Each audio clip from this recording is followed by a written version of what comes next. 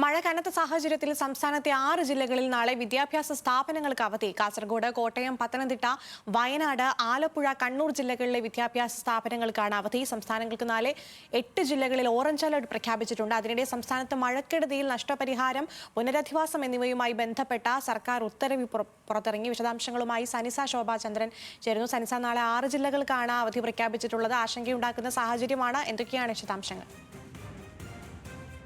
അതിശക്തമായ മഴ തുടരുന്ന സാഹചര്യത്തിലാണ് അവധി പ്രഖ്യാപിച്ചിരിക്കുന്നത്. പത്തനംതിട്ട,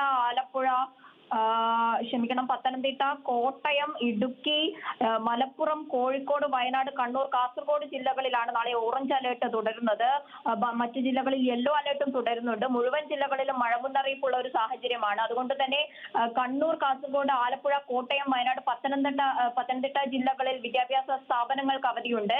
ഇടുക്കിയിലും തൃശ്ശൂരിലും ദുരിതാശ്വാസ ക്യാമ്പ് പ്രവർത്തിക്കുന്ന വിദ്യാഭ്യാസ സ്ഥാപനങ്ങളിൽ അവധി പ്രഖ്യാപിച്ചിട്ടുണ്ട്. കൂടാതെ തന്നെ മഴക്കെടുതിയുമായി ബന്ധപ്പെട്ട നഷ്ടപരിഹാരം, പുനരധിവാസം എന്നിവയുമായി മുഖ്യമന്ത്രി മുൻപേ തന്നെ പ്രഖ്യാപനം നടത്തിയിരുന്നു. അതിന്റെ ഉത്തരവുകൾ ഇന്ന് ഇറങ്ങിയിട്ടുണ്ട്. പ്രകൃതിക്ഷോഭത്തിൽ വീടും സ്ഥലവും പൂർണ്ണമായി നഷ്ടപ്പെട്ടവർക്ക് ധനസഹായം 10 ലക്ഷം രൂപയിൽ നിന്ന് 12 ലക്ഷം രൂപയായി വർദ്ധിപ്പിച്ചിട്ടുണ്ട്. വീട് പൂർണ്ണമായി തകരുകയോ അല്ലെങ്കിൽ താമസ യോഗ്യമല്ലാതാവുകയോ ചെയ്തവർക്ക് 4 ലക്ഷം രൂപ എന്നത് 6 ലക്ഷം രൂപയായി വർദ്ധിപ്പിച്ചു. വീട് നിന്നിരുന്ന അതേ സ്ഥലത്ത് ഭാവിയിൽ മറ്റ് നിർമ്മാണ പ്രവർത്തനങ്ങൾ നടത്തുന്നില്ല എന്ന് തദ്ദേശ സ്വയംഭരണ സ്ഥാപനങ്ങൾ ഉറപ്പുവരുത്തണമെന്ന നിർദ്ദേശവുമുണ്ട്.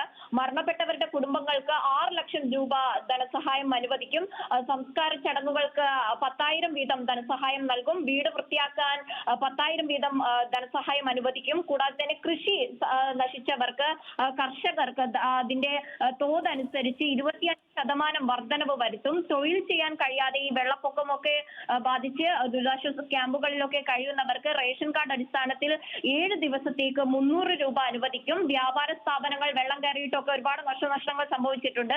അവർക്കും 10,000 രൂപ വീതം നൽകും. മഴക്കെടുതിയിൽ നാശനഷ്ടം സംഭവിച്ച സൂക്ഷ്മ, ചെറുകിട, ഇടത്തരം വ്യാപാരികൾ, അംഗീകൃത ഹോം സ്റ്റേകൾ, ദുരിതബാധിതരായ മൃഗസംരക്ഷക കർഷകർ, ക്ഷീര കർഷകർ, ടൂറിസ്റ്റ്, വാണിജ്യ വാഹന ഉടമകൾ എന്നിവർക്ക് ബാങ്ക് വായ്പ ലഭ്യമാക്കാനുള്ള നടപടികളും ആരംഭിച്ചിട്ടുണ്ട്. അടിയന്തരമായി ഇത് നടപ്പിലാക്കാൻ ലാൻഡ് റവന്യൂ കമ്മീഷണർ, ദുരന്ത നിവാരണ കമ്മീഷണർ, ജില്ലാ കളക്ടർ, കൃഷി വകുപ്പ് എന്നിവർക്ക് നിർദ്ദേശം നൽകിയിട്ടുണ്ട്.